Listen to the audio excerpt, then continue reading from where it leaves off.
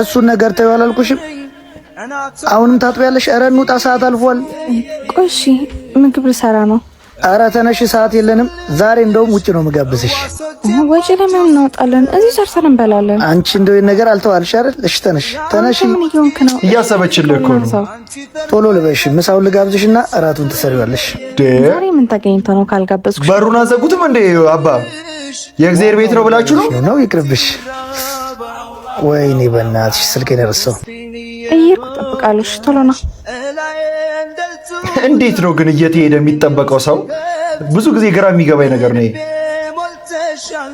ስሚ ጄሪ። አቤት። እስከ መቼ ወጥ ቀቃይ ሆነሽ ትኖሪያለሽ? ባይሆን እኔ ህይወትሽን ላሳምርልሽ። ይዞራልኝ። እያናገርኩሽ ወዴት ነው? ታምረኛ ዜጋ ነህ አንተ። ትኩሪያለሽ? ህይወትሽን ልቀይርልሽ ባልኩኝ ቀይርልኝ አለች እንዴ? ራሴን ሽጬ መኖር ብፈልግ ኖሮ አንተን ራሱ እንደዚህ አታዋራኝም ነበር። እሺ ዝም በል አንተ። እኛ ደሃ አይደለንም። መስራት የሚችል ሙሉ ጤንነት አለኝ። ትክክል። እንዳንተ አይነት ብዙ ሴትን በገንዘብ ሊገዙ የሚፈልጉ ባዶ ጭንቅላት አሉ። እሺ ግን እመኚ፣ አሸናፊው እኔ ነኝ። እሺ ሰውን ያሸንፈው ጊዜ እንጂ።